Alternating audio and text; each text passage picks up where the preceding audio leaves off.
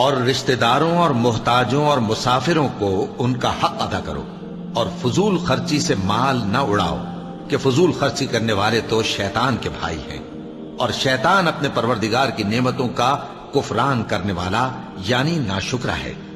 और अगर तुम अपने परवरदिगार की रहमत यानी फराख दस्ती के इंतजार में, जिसकी तुम्हें उम्मीद हो, इन मुस्तहिकीन की तरफ तवज्जो न कर सको तो इनसे नरमी से बात कह दिया करो,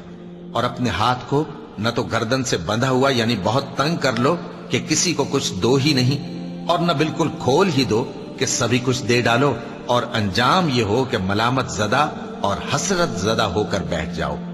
बेशक तुम्हारा परवरदिगार जिसकी रोजी चाहता है फराख कर देता है, और जिसकी रोजी चाहता है तंग कर देता है।